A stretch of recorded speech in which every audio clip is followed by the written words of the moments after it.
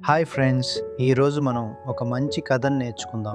ఒక చిన్న గ్రామంలో ఇద్దరు అన్నదమ్ములు, ఒక తప్పు నిర్ణయం అది వారి జీవితాలను ఎలా మార్చివేసిందో చూద్దాం. ఒక చిన్న గ్రామంలో రామయ్య అనే ఒక తెలివైన తండ్రి ఉండేవాడు.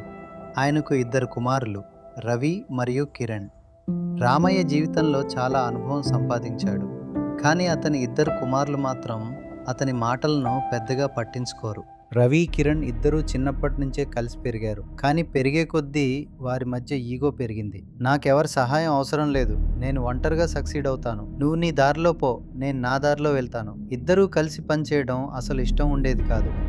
రవి: నాకు ఎవరి సహాయం అవసరం లేదు, నేను ఒంటరిగా సక్సీడ్ అవుతాను. దానికి కిరణ్: నువ్వు నీ దారిలో పో, నేను నా దారిలో వెళ్తాను. ఇద్దరూ కలిసి పనిచేయడం అసలు వారిద్దరికీ ఇష్టం ఉండేది కాదు. కొంతకాలం తర్వాత రవి తన సొంత వ్యాపారం ప్రారంభించాడు. మొదట్లో అతనికి చాలా నమ్మకం, అన్నీ తన చేతుల్లోనే ఉన్నట్టు అనిపించింది. కానీ కొద్ది రోజుల్లోనే నష్టాలు మొదలయ్యాయి. బయటికి మాత్రం ధైర్యంగా కనిపించిన రవి లోపల మాత్రం ప్రతిరోజు కంగారు పడుతున్నాడు. నేను నిజంగా సరైన నిర్ణయం తీసుకున్నానా అని తనను తానే ప్రశ్నించుకుంటున్నాడు. అదే సమయంలో కిరణ్ నగరానికి వెళ్ళి ఉద్యోగం కోసం ప్రయత్నించాడు. రోజు ఇంటర్వ్యూస్, ప్రతిరోజు కొత్త ఆశ. కానీ ప్రతిసారి అదే సమాధానం: sorry, will get back to you. బయటికి చిరునవ్వుతో నిలబడిన కిరణ్ లోపల మాత్రం ప్రతి రిజెక్షన్తో కొంచెం కొంచెంగా విరిగిపోతున్నాడు. ఎందుకు నాకు ఒక్క అవకాశం కూడా రావటం లేదు అని అతని మనసు మౌనంగా ఏడుస్తోంది. ఒకరోజు రవి మరియు కిరణ్ ఇద్దరు ఒకేసారి ఇంటికి వచ్చారు. వారి ముఖాల్లో ఎలాంటి నమ్మకం లేదు, మాటలు లేవు, నిశ్శబ్దం మాత్రమే ఉంది. ఆ ఇంట్లో ఒక విచిత్రమైన భారమైన వాతావరణం. రామయ్య నెమ్మదిగా వాళ్ళని చూశాడు. ఒక్క క్షణం ఏమీ మాట్లాడలేదు. ఆ తర్వాత శాంతంగా వారి మనసును తాకేలా ఈ విధంగా అడిగాడు: మీరు ఇద్దరూ ఒంటరిగా గెలవాలని అనుకున్నారు, కానీ ఇప్పుడు చెప్పండి, నిజంగా గెలిచారా? ఇద్దరూ ఒకరినొకరు చూసుకున్నారు, కానీ మాట మాత్రం రాలేదు. తల వంచి నిశ్శబ్దంగా నిలబడ్డారు. అప్పుడు రామయ్య ఒక చిన్న పరీక్ష చేయాలని అనుకున్నాడు. లోపలికి వెళ్ళి 2 కర్రలు తీసుకొచ్చాడు. నెమ్మదిగా వాళ్ళ ముందుంచి అన్నాడు: ఇవి ఒక్కొక్కటిగా విరవండి. రవి, కిరణ్ ఎలాంటి కష్టం లేకుండా వాటిని విరవగలిగారు.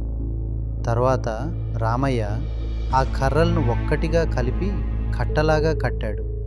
వాళ్ళ వైపు చూసి మళ్ళీ అన్నాడు: ఇప్పుడు వీటిని విరవండి.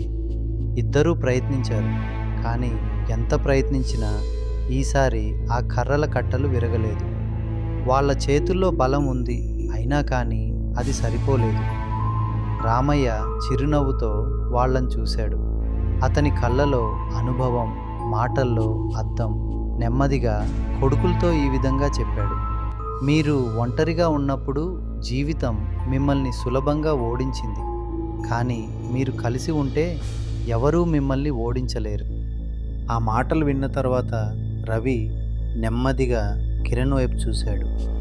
అతని కళ్ళలో ఒక కొత్త ఆశ కనిపించింది. చిన్నగా మనస్ఫూర్తిగా అడిగాడు: మనము కలిసి ప్రయత్నిద్దామా?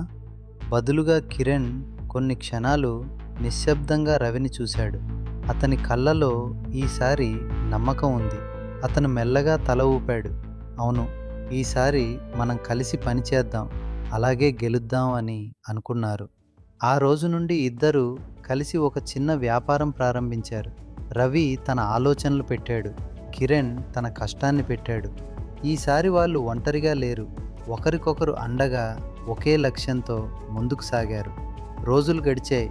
చిన్నగా మొదలైన ఆ వ్యాపారం పెరగడం ప్రారంభమైంది. కస్టమర్స్ పెరిగారు, వారి నమ్మకం పెరిగింది. ముఖ్యంగా వాళ్ళ మధ్య ఉన్న బంధం ఇంకా బలంగా మారింది. ఒకరోజు రవి, కిరణ్ ఇద్దరూ తమ తండ్రి రామయ్య దగ్గరకు వచ్చారు.